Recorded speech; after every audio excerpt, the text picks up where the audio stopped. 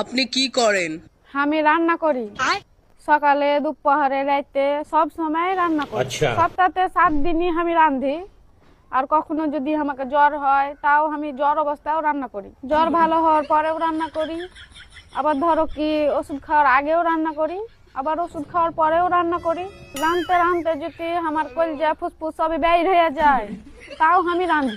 তারপরে ধরে লাও আমার যদি কখনো হার্ট অ্যাটাক হয়ে যায় তাও আমি রান্না করে রেখে রাতের বেলাটা হসপিটালে ভর্তি হতে যাই। হাসপাতালে গিয়ে যদি আইসিতে ভর্তি হয়ে থাকি আমি 2-3 দিন, তাও আমি ওখান থেকে ফিরে এসে রান্না করি।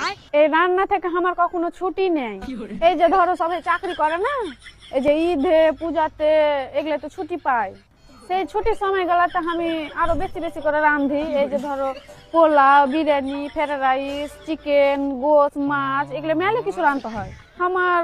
এই যে ধরে লাও আমি না সব সময়তে রাঁধি। এই রাঁধা থেকে আমি কখনো ছুটি পাইনু না।